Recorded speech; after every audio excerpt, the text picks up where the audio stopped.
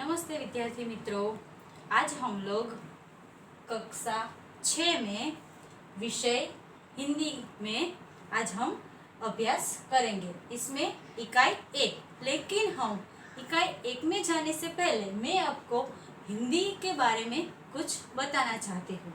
शायद कुछ लोग जानते होंगे, शायद कुछ लोग नहीं जानते होंगे। हिंदी को हमारे संविधान में राजभाषा के रूप में उसको संविधान में स्थान मिला है। हिंदी ही एक ऐसी भाषा है जहाँ हम भारत में कहीं भी जाए तो सब लोग उसे बोल भी सकते हैं और समझ भी सकते हैं। इसीलिए हिंदी को राजभाषा में स्थान मिला है। क्यों हम भारत में रहते हैं, लेकिन भारत में कई सारे राज्य हैं। आप सब जानते हैं ना, कितने सारे राज्य हैं हमारे भारत में। तो उसी प्रकार हम गुजरात, पंजाब, महाराष्ट्र ऐसे कई सारे हैं। हम गुजरात में रहते हैं तो हम कौन सी भाषा बोलते हैं? गुजराती भाषा बोलते हैं। पंजाब में रहते हैं वो लोग कौन सी भाषा बोलते हैं? तो वो लोग पंजाबी बोलते हैं। महाराष्ट्र में रहते हैं वो लोग मराठी बोलते हैं। उसी प्रकार तमिलनाडु में जो रहते हैं वो लोग तमिल भाषा बोलते हैं। तो हर राज्य की भाषा कैसी होती है? अलग अलग होती है। परंतु अगर हम अपने राज्य से कहीं बाहर के राज्य में जाए और हमें उनके साथ कुछ बातचीत करनी हो, कुछ व्यवहार करना हो, तो हम कैसे कर सकते हैं? तो हिंदी ही एक ऐसी भाषा है जो सारे राज्य के लोग उसको जानते हैं। वो सब बोल भी सकते हैं और उसे समझ भी सकते हैं। इसीलिए हिंदी ही हमारी राजभाषा है। तो जैसे हम गुजरात से पंजाब में जाए तो पंजाब के लोग भी हिंदी को जानते हैं और हम लोग भी हिंदी को जानते हैं। तो हम अपनी बातचीत उनसे हिंदी में कर सकते हैं और वो हमसे कर सकते हैं, ताकि हम लोग उन सबकी बातचीत समझ सके। इसीलिए हिंदी है वो हमारी राजभाषा है। अब हम इकाई 1 में अभ्यास करेंगे। हमारा जो इकाई 1 है वो क्या है? उसका प्रकार है चित्रपाठ। क्या है? चित्रपाठ। आपको पता है चित्रपाठ यानी क्या? किसको चित्रपाठ बोलते हैं? आप सब जानते हैं? हाँ, जो छोटे छोटे बॉक्स में जो चित्र आता है उनको हमें एक कहानी बनानी होती है, लेकिन कहानी हमको बनानी होती है। उसमें सिर्फ चित्र बताए जाते हैं, सिर्फ पिक्चर होते हैं। उस चित्र से हमको पूरी कहानी समझ में आ जाती है। ऐसे वो चित्र होते हैं, उसको चित्रपाठ बोलते हैं। क्या बोलते हैं? चित्रपाठ। चित्र में से हमको कहानी बनानी होती है, उसको चित्रपाठ बोलते हैं।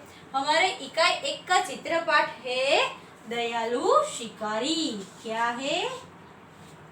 दयालु शिकारी।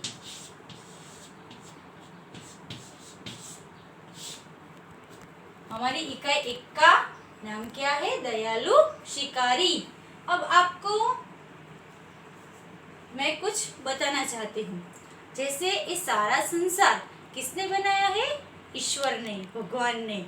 तो भगवान ने हम जैसे इंसानों को भी बनाया है, और प्राणी, पशु, पक्षी, तालाब, पर्वत, इस सब का निर्माण किसने किया है? ईश्वर ने किया है। तो जैसे ईश्वर ने इस सब का निर्माण किया है, तो सबको इस दुनिया में और इस जहां में रहने का पूरा अधिकार होता है। तो पशु भी हमारे जैसे ही पशु को भी रहना चाहिए और हमें भी रहना चाहिए। उसी प्रकार इसमें दयालु यानी कि दया, हमें किसी के प्रति दया, उसको दयालु कहते हैं। अब हम इस चित्रपाठ में दयालु शिकारी ऐसी एक इकाई है जो हम इसका अभ्यास पुस्तक में से करेंगे। आप सबको मैं बताऊंगी कि ये पुस्तक में से एक एक चित्र है वो क्या कहना चाहते हैं। पूरे चित्र खत्म हो जाएंगे तो हमारी कहानी भी उससे बन जाएगी। तो आप सब लोग तैयार है ना चित्रपाठ में से कहानी बनाने के लिए?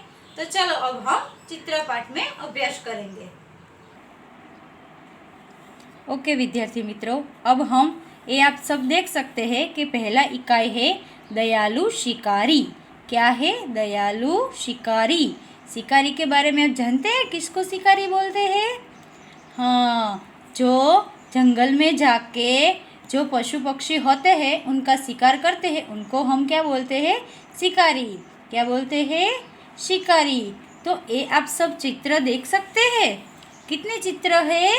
9। कितने चित्र है? 9।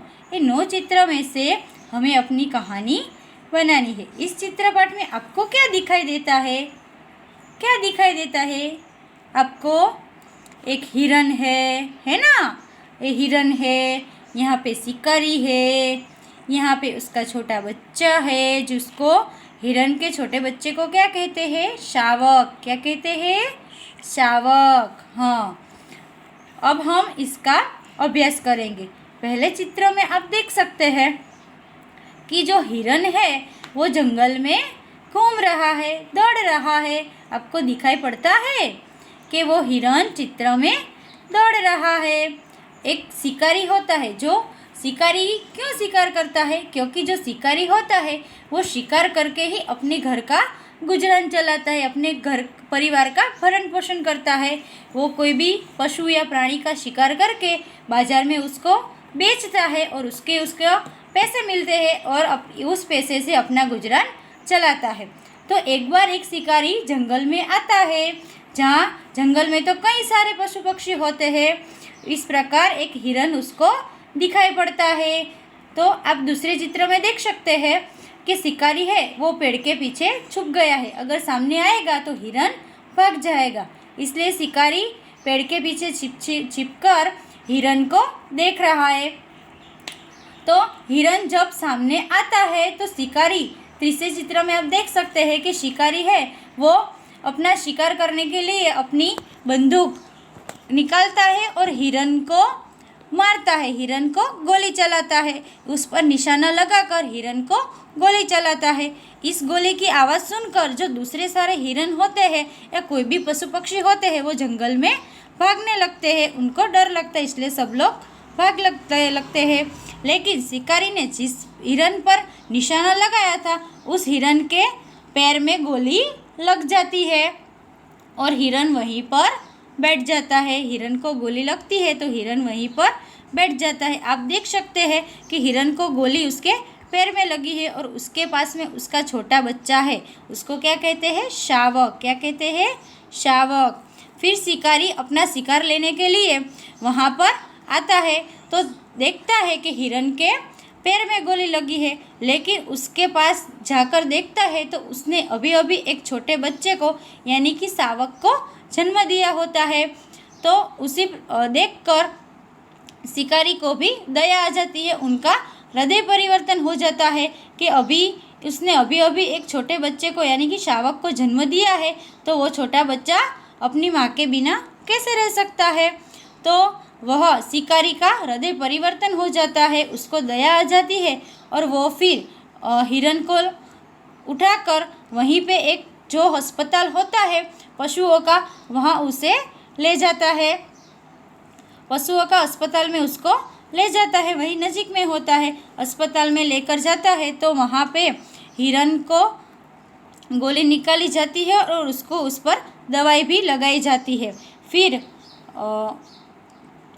हिरन को और उसके बच्चे को अस्पताल से लेकर वो जंगल में वापस छोड़ देता है, क्योंकि शिकारी का हृदय परिवर्तन हो जाता है। जैसे भगवान ने हम सबको जीने का अधिकार दिया है, उसी प्रकार शिकारी पशुओं को भी जीने का अधिकार है। संसार में सभी को जीने का अधिकार होता है। जैसे वहीं से इसी प्रकार शिकारी जो है वो हिरन को और उसके बच्चे शावक को दोनों को इलाज करवा के अस्पताल से जंगल में वापस छोड़ देता है और हिरन और उसका बच्चा वहीं जंगल में रहते हैं। अब हम इसका आगे का अभ्यास जो है वो हम बाद में अगले वीडियो में करेंगे। ठीक है, आपको ये कहानी समझ में आ गई कि दयालु शिकारी के बारे में यहाँ पे कहानी थी, आपको समझ में आ गई ना? ठीक है, थैंक यू।